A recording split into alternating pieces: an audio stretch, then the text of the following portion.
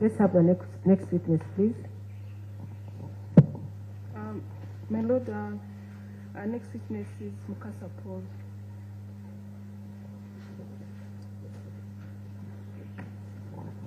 Good afternoon, sir. You're going to extend towards the microphone and you speak through the microphone. What's your name? Amanya Gogwani. Mukasa Paulo. How old are you, sir? Oine emyaka emeka? 43. What's your religion? Muganda. Religion? Mukatoliki. Okay, you're going to hold the Bible and swear to speak the truth.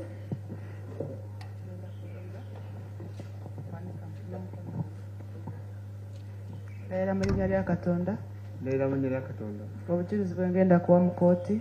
Obujulizi bwe ngenda kuwa mu kkooti. Ku musango guno. Omusango guno. Bwa mazima. Bwa mazima. Awatali bulimba. Awatali bulimba. Weebale.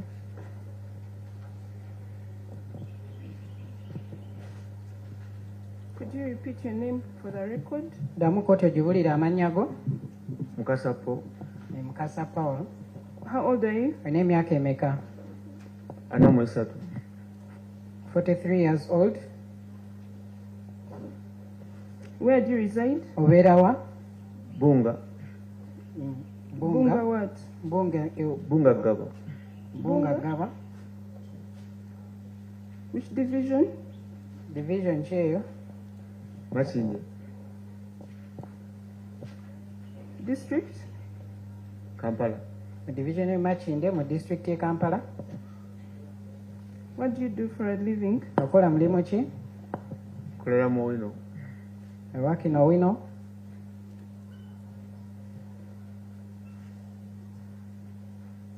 Okay. Do you know the accused person in court? Omanyi omwami You oyo? can tell us what he does in Owino. Mumanyi. Okola mulimu ki mu Owino? Tunda ngato. I sell shoes.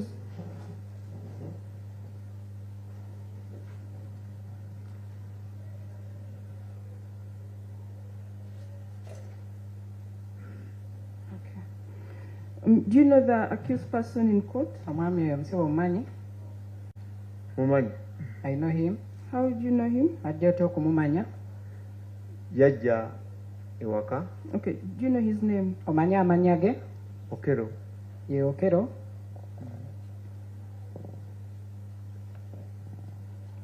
Yes, how did you come to know Okello? Wajja otya okumanya Okello?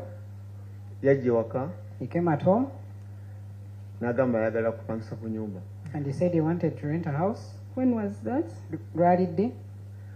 Omwezi gwe-11. It was in November. Which year? Mwaka ki? 2025. In 2025. Erinnya.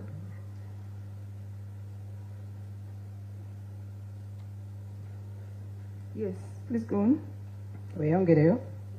Ne mugamba ennyumba ya 15 amanyaze ga mitwalo 2. And I told him the house is for 150,000 and electricity is for 20,000. Nangamba alinawo omwezi gumu. Hold on.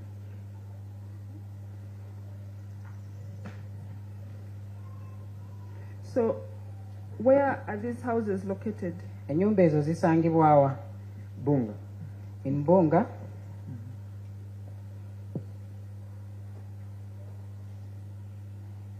Okay, please go ahead. Weeyongereyo.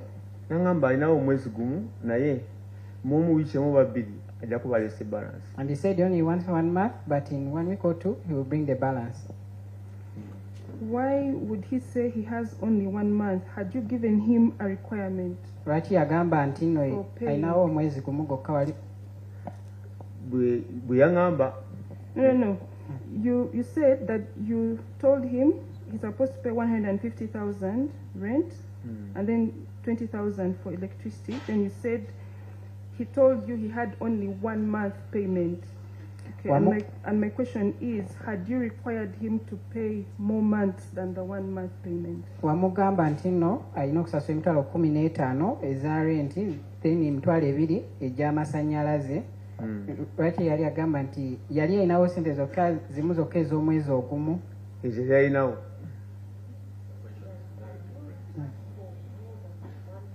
yali yakusaba okusukka emyezi ogumu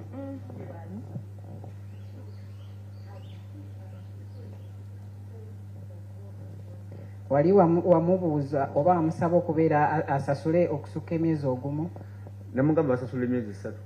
I told him to pay 3 months.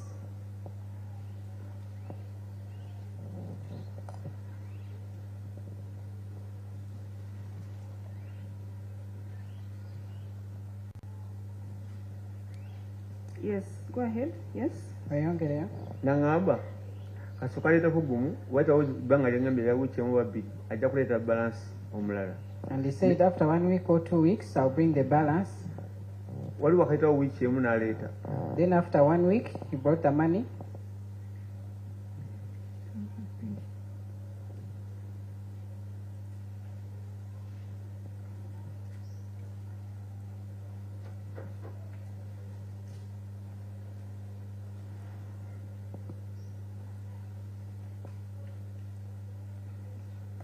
Yes, please go on. Oyongereyo. Bwaleeta nemugamba nkuwa receipt. And I asked him, can I give you the receipt? Nagala no. And he said no. How did he pay you? Yakusas- What was the mode of payment? yakozesa ki okuba nga akusasula? Yaleeta cash. Yaleeta sente z'obulimu.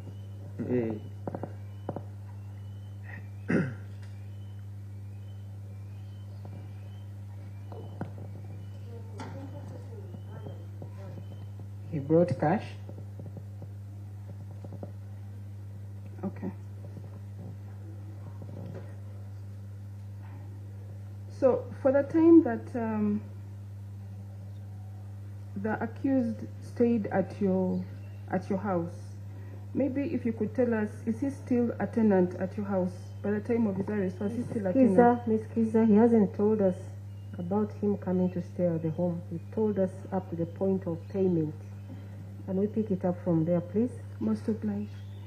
After the accused had made the payment, did he return to the house? Ng'amaze okuba ng'asasula essente ezo yajja oba yakomawo ku nnyumba? Yakomawo ku nnyumba ye n'ateekwa ng'agisulamu. Yes, he came and he started staying in his house.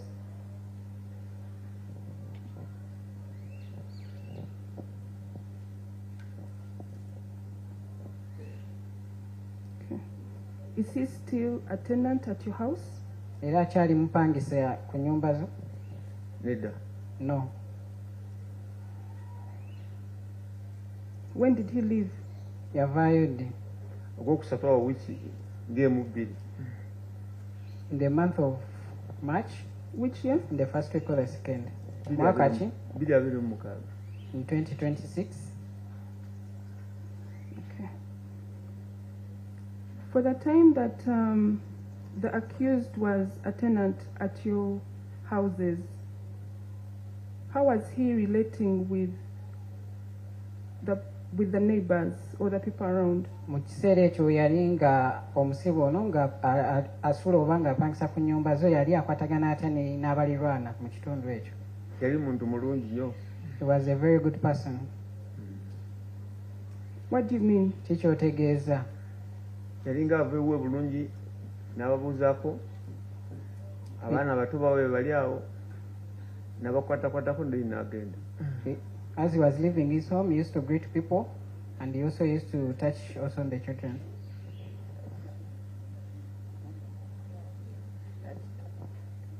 How would he relate? You have said he would touch the children. How was he relating with his children? Obadde ogambye yali akwatira ku baana, yali akwatagana ate nabo? Kale nga asobola okujja waliwo naye bana alina omwana omukozi amugamba njolezaako ku mpale yange eyo, njolezaako ku sowaani yange eyo, n'agenda n'akomawo nga yabikoze namwayo n'akasente. There was a neighbor whom used to ask to help to wash his trousers, And even when he came back, he used to pay him some fee. Mr. Mukasa, that hasn't answered her question. The question was in respect of the children. Was he playing with the children? You called it touching, but was it about playing? Ekyo kyoyogedde tekizzeemu kibuuzo, ekibuuzo ekyabadde kikwatagana ku baana. Kati abaana yali nga kwegamba olulimi lwayogera nga tebaluwulira n'ageza kuga kubanga agamba muno bababuuzaako. They never used to understand the language you were speaking. Yeah. But he used to greet them.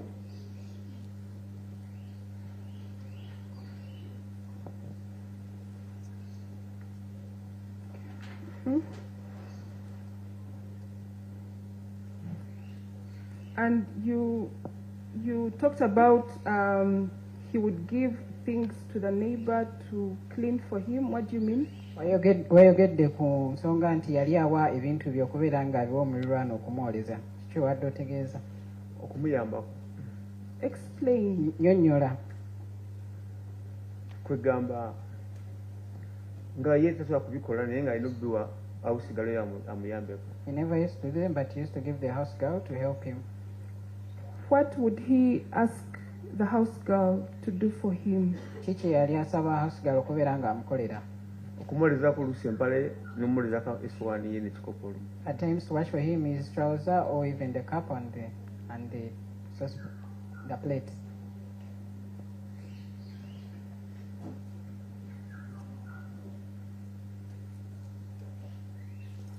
Yes.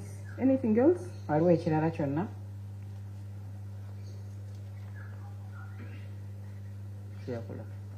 Okay. The time that the accused was your tenant, did he receive any visitors? Would he have people come to visit him? Mu kiseera we yali nga mupangisaawo yafunako ko ku bagenyi bonna abaali bazze okumukyalirako. Mama we yajjawoko emirundi ng'esatu. Batulawo ne boogeramu. Only the mother came thrice to visit him, and they talked.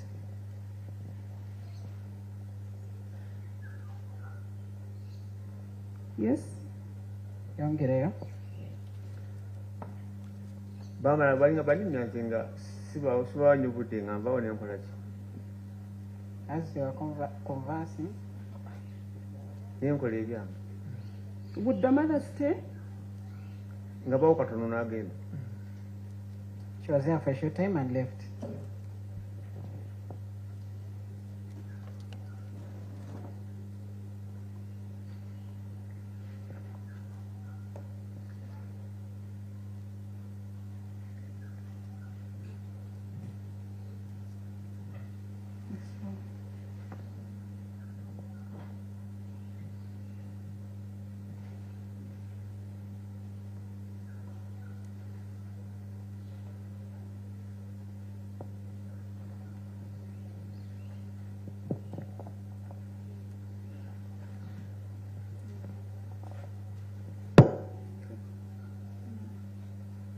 Mr. Mukasa.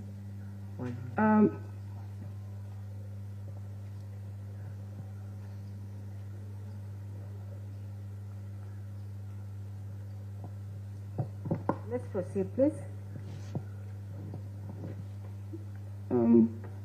Mr. Mukasa, what else did you observe the accused person doing at the houses, other than the way he related with the neighbors and the children? Kyekirala kyewalaba omuvunaanibwa nga akola ku muliraano okuggyako ku engeri yali akwataganamu n'abaana ne baliraanwa. Bwe yavanga ewuwe yavangayo oluusi nakadomola kisa n'amazzi n'addayo mu nnyumba ye kuyoka.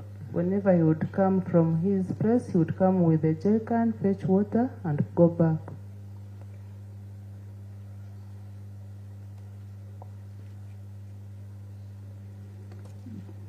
Where was he fetching the water from? Amazzi yali agasenawa? Ku tap ewaka. At the tap at home.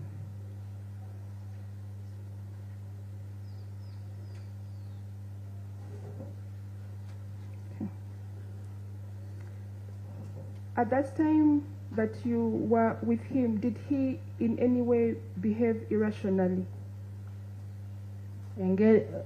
Ebiseera bye wabeera naye waliwo lwe yeeyisa mu ngeri etali ya bulijjo? No.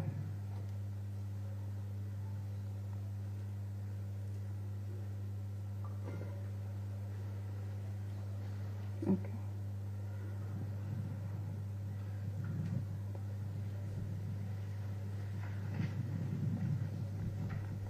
That's all, my Lord, for this witness. Cross. Yes, my Lord. Please go ahead. Do you have any proof that he has ever rented your house? Olina ekintu kyonna ekikakasa nti yali apangisizaako ennyumba yo?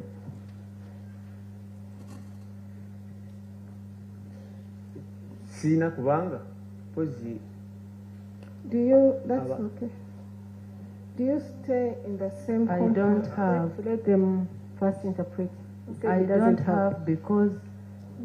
Do you stay in the same compound with the tenants? Obeera mu luggya lwe lumu n'abapangisa? Yes. What time do you work in Owino? Mu Owino okolayo ssaawa mmeka? Ngenda ssaawa 6:7. I go between 12:30 to 1.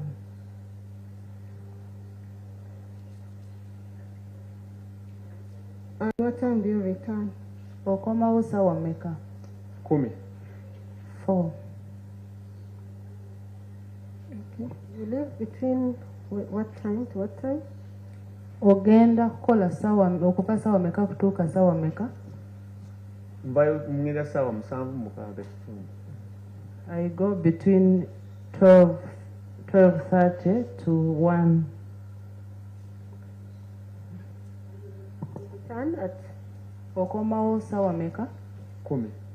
I return at 4. And how many houses are there in the same, in your compound? Okay, just give us a description, a vivid description. Tunnyonnyole oluggya lwammwe engeri amayumba gye galimu wali watya? Tukubire ekifaananyi. Zakulaba ng'ekikomera ziri eno n'eno n'eno wezi. They are built in like an enclosure. They are both sides facing each other. And how many are there? Ziri meka? Ziriwo nga 8. They are about 8.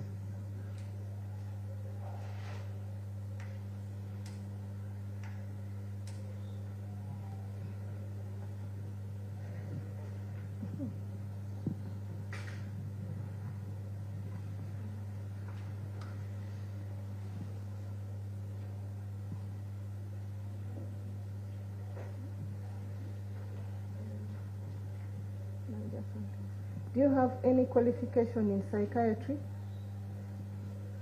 Oyina obukugu bwonna obukwata ku bujjanjabi bw'obwongo?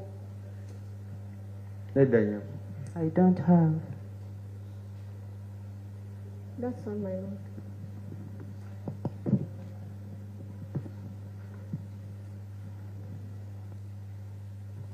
Excuse me, any exam? Any re-examination? No, my Lord, no re-exam.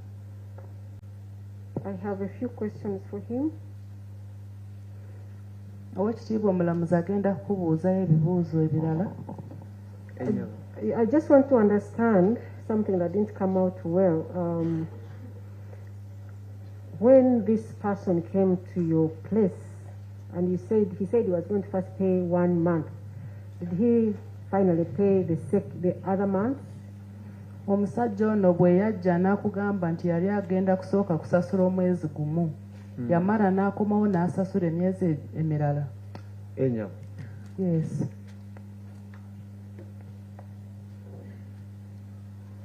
So he paid for 3 months, and for how long did he stay there? Yasasula emyezi 3 naye yabeerayo bbanga ki? okumala bbanga ki? Yabeerawo emyezi 3 kati waliwo gwokuna yamalawo wiiki emu kitundu n'agenda. He stayed there for 3 months, and the 4th month he had spent only 1 week and he left.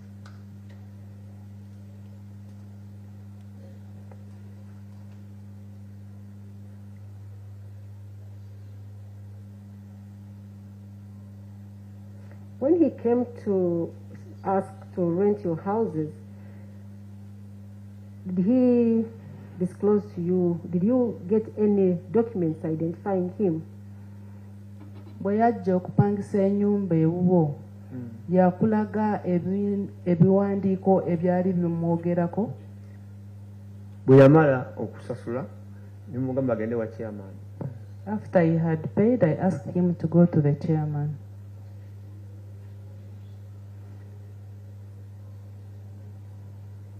Did he go? Yagendayo wa chairman? Yagamba yagendayo. He told me he went there.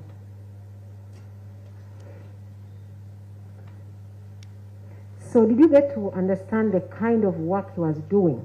Did he have any job? Wategeera mulimu ki gwe yali akola oba yali alina omulimo? Nedda nyabo. I did not.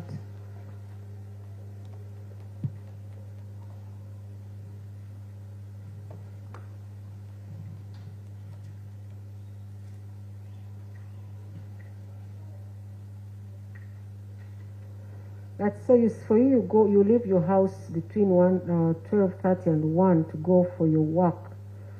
Would you leave him at home, or he would leave the house in the morning? Bwe wavangayo waka wakati wa sawa 6:7 wamulekangayo waka oba yali nga akusooka okuvaayo? Yasookanga okuvaawo. He would leave before me.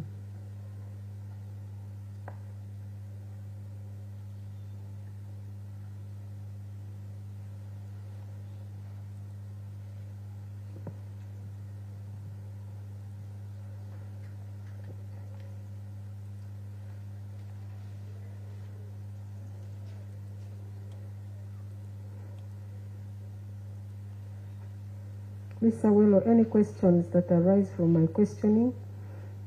None, my lord. My lord, I have a question. Please.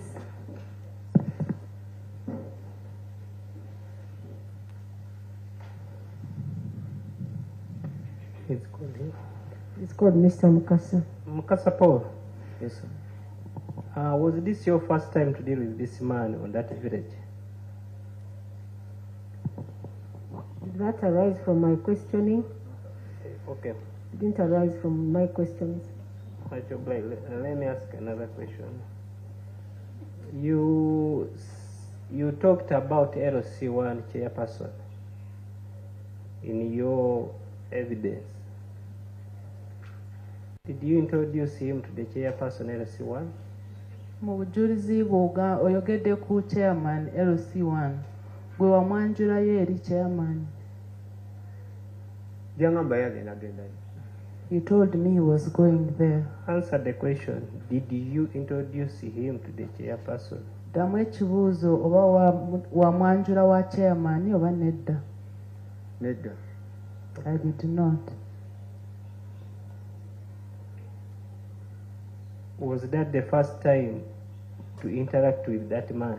Mr. Kumbuga, please don't reopen cross-examination. I gave you an opportunity to ask anything that may have arisen from my question, so don't reopen cross-examination. Much obliged, my lord. I end there. Ms. Kiza, any questions arising from my questions? No, my lord. Nothing. Mr. Mukasa, thank you so much for giving us your evidence. You can step down. Mwami Mukasa webale nnyo okutuwa obujulizi Yes, osobola sir, the next kugenda witness. n'otuula.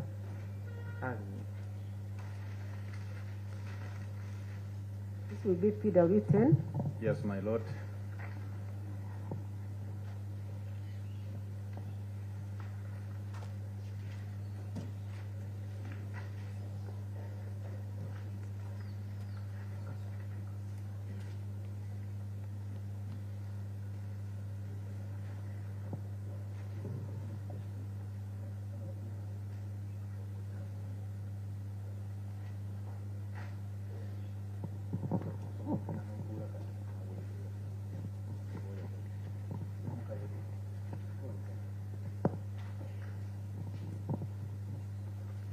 Good afternoon, sir. Osibyotano sebo. What's your name? Bakuyitani. Nze Makai Joero. Oyine emyaka meka? Ene emyaka 31. I'm 31 years old. And what is your religion? Osoma dini ki? Ndi Protestant. I'm a Protestant. Okay, you're going to hold the Bible and swear and to speak the truth. Genda kukwata Bible olayire nti ogenda kwogera mazima. Yohanike, ugambe nze. Nze Nkira amanyago. Makai Joero. Ndayira mu linnya lya Katonda. Ndayira mu linnya lya Katonda. Obujulizi bwengenda okuwa mu kkooti eno. Obujulizi bwengenda okuwa mu kkooti eno. Obukwatagana ku guno omusango. Obukwatagana ku guno omusango. Gagenda kuba mazima. Gagenda kubeera mazima. Era mazima meereere. Era mazima meereere.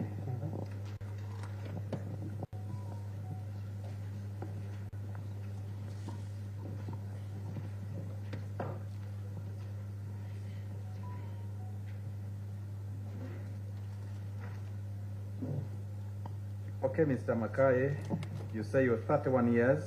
Yes. I request you to speak a bit louder. Ojja kwongera ku ddoboozi. Where do you live? Obeera ludda wa? Mbeera Kisaasi.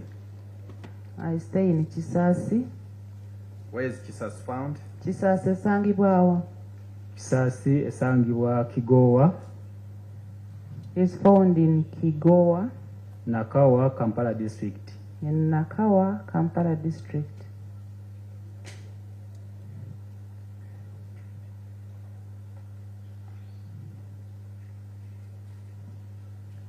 What do you do for a living? Okola mulimu ki? Managing estates. I manage estates. You manage which estate, Mr. Makai? Managing estates ki? Managing amayumba aga Sanuiza Estates Limited. Of? Sanuiza Estates Limited. Can you spell that? S-A Yes. NWIZA. Then Estates Limited. I manage houses of Sunwiza Estates Limited. For how long have you been managing these estates? Omaze banga ki nga omanaginga estates ezo? Emyaka 7. 7 years.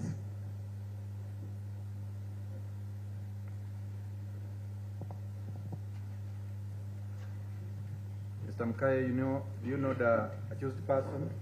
Omanyi omusajja atudde wali gwe bavunaana? Mumanyi. I know him. Who is he? Yani. Ye Mr. Okello Christopher Onyum. He's Mr. Okello Christopher Onyum. How do you come to know him? Wajja otya omumanya? Mupangisa wange. He's my tenant.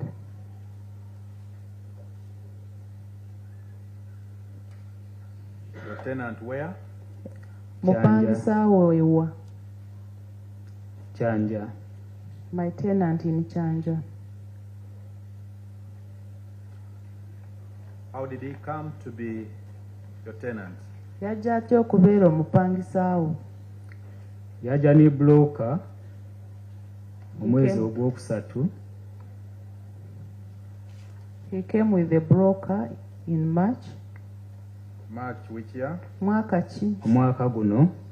This year, March 2026. Yes. Ng'ayagala okupangisa ennyumba. He wanted to rent a house.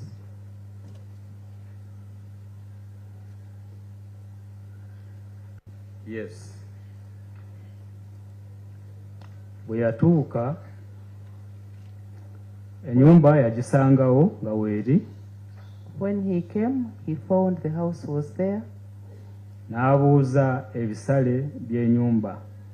He then asked for the payment of rent for the house. Tumugamba ennyumba ya mitwalo 4. We told him that the house was for 400,000. era emyezi egisookerwako gye tutwala giri myezi 4. And we take from 4 months upwards. N'agamba ati kirina buzibu. And he told us it was okay.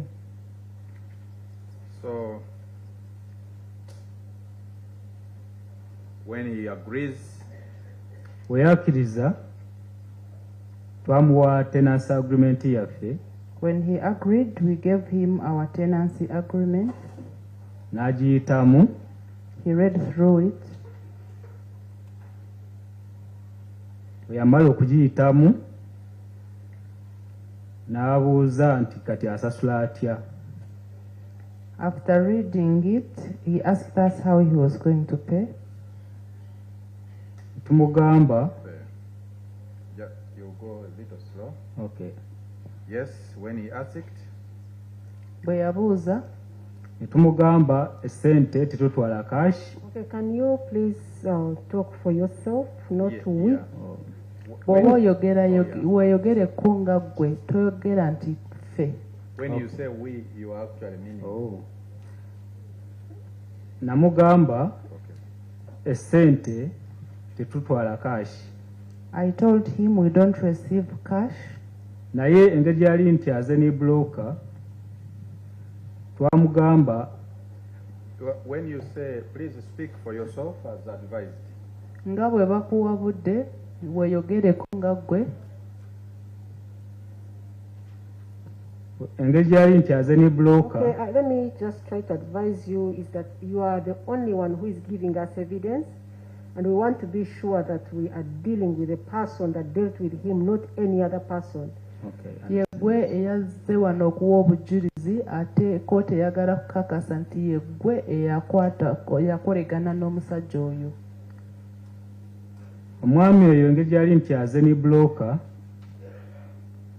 namugamba esente ze yali alina okusasula toote eyawamu ajja kujjako emitwalo 10 azisasule mu kaashi tusobole okuwa broker commission, then balance asigalawo ku myezi 4 gye yali alina okusasula aziteeke ku account direct. Okay. Since the accused person had come with a broker, I asked him that the money had come to pay, he should get 100,000 shillings, and we pay in cash, and we pay the broker's commission. Then the balance should be banked on the account. The balance of the 4 months to be banked at the account. So how much was he supposed to bank?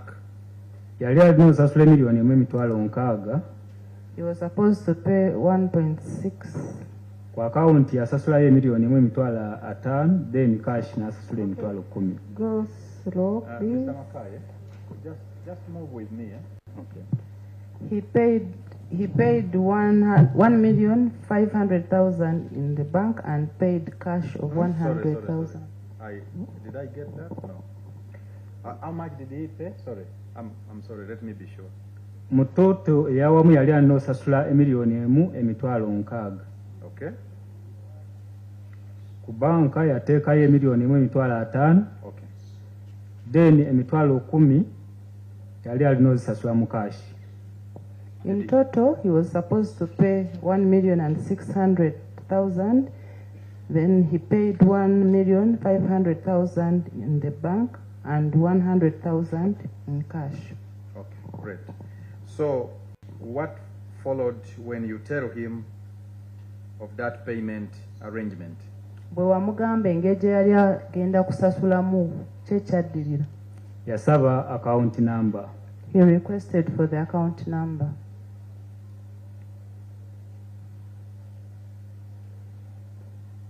Did you give him the account number? Wamuwa account number. Account number nagimuwa. I gave him the account number. And what followed? Ne waddako ki? Yagenda n'asasula. He went and paid. How much did he pay? Yasasula sente meka? Yasasula emiliyoni 1.5. He paid 1,500,000 shillings. And what followed? Kye kyaddako? yakomawo ne bank slip. He came back with the bank slip.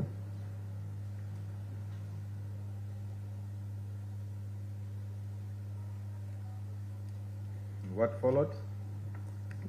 Kyekyadako. Yampa bank slip eyo nampa n'emitwalo 10 ze twali tulina okusasula broker. He gave me the bank slip and gave me cash of 100,000 to be paid to the broker.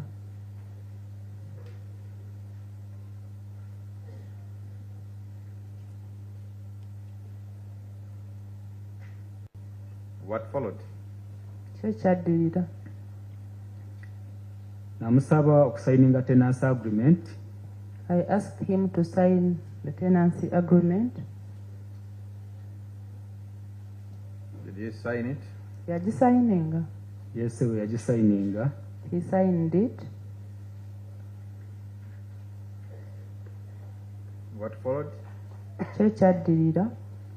Nemusaba kubimu kubimukwatako. I asked him for his identification documents.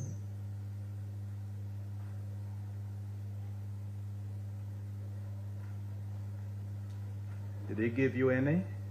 Waliwo bye yakuwa. Yampa passport. He gave me passport. Nga ya America.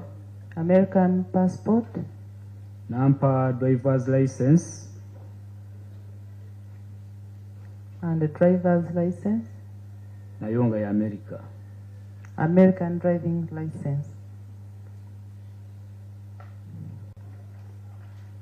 What followed? Kyekyadirira. Twamuwa ebisumuzo kusobola okubanga. You and who? Gwe naani? Namuwa ebisumuzo kusobola okubanga akozesa ennyumba ye. I gave him keys so that he can start using his house.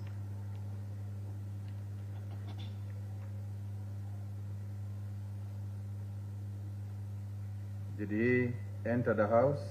Ennyumba yagiyingira. Nga tanaba giyingira nga nakamuwa ebisumuzo. Namusuubiza nti bwenaaba nfunye obudde nja kugenda mulabe mutwale kwero si mwanjule ng'omupangisa wange. Before he entered the house, immediately after giving him the keys, I promised him that I will get some time, come and take him to the LC officials. N'agamba tikirina buzibu era bw'atyo n'agenda. He told me it was okay, then he left. Atandika okukozesa ennyumba ye. And he started using his house. Thereafter? Oluvannyuma. Wayitawo ennaku. After some days. Ningendayo era nimusanga nga waali. I went to his house and I found him there.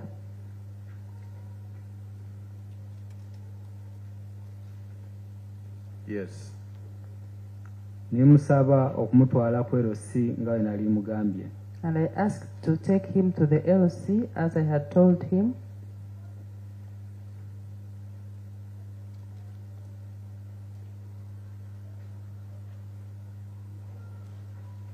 Yes. Nambuuza ku LC si wala.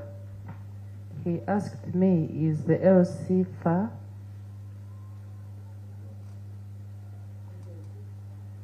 Isn't the LC far? Thank you. Yes. Nimugamba si wala. I told him it was not far.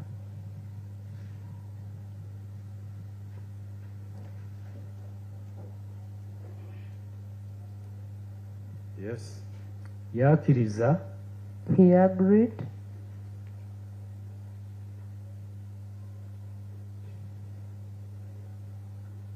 Yes. N'agalawo ennyumba ye. He locked his house.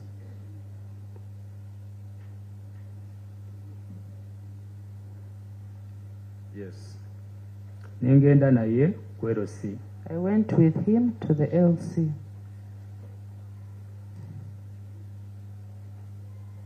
How did you go? Mwagenda mutya? to meet the LC. nga mugenda wa LC. Nina epikipiki gye nvuga. So how did you go? I have a motorcycle. Naye nga mwagenda mutya?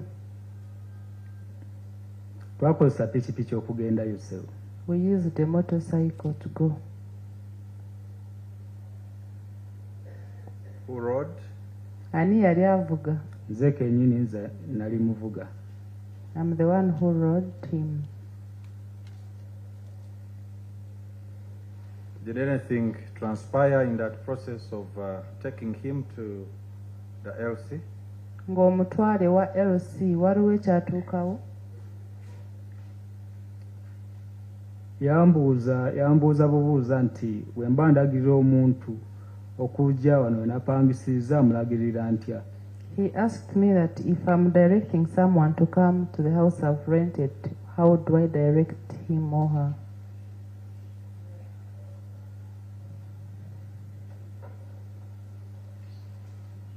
Yes. Omugamba nti ogenda Kyanja Ring Road. I told him that you tell that person that you're going to Kyanja Ring Road.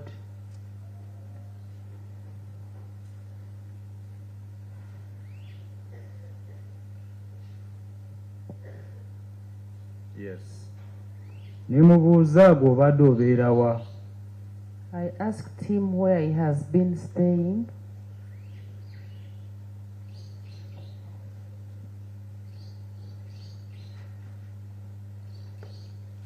Yes. Nangamba nti ye abadde abeera Ggaba. And he told me that he was staying in Ggaba.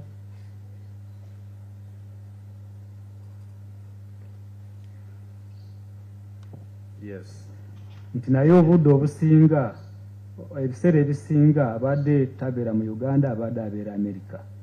And he told me that most of the time he was not staying in Ggaba, but he was staying in America. Uganda. He was not staying in Uganda. He was not staying in Uganda, but he was staying in America. Yes. Ebyo twasobola okwogezaganyako n'omwami oyo nga tugenda ku LC. That's what we talked about with the accused person as we went to the LC.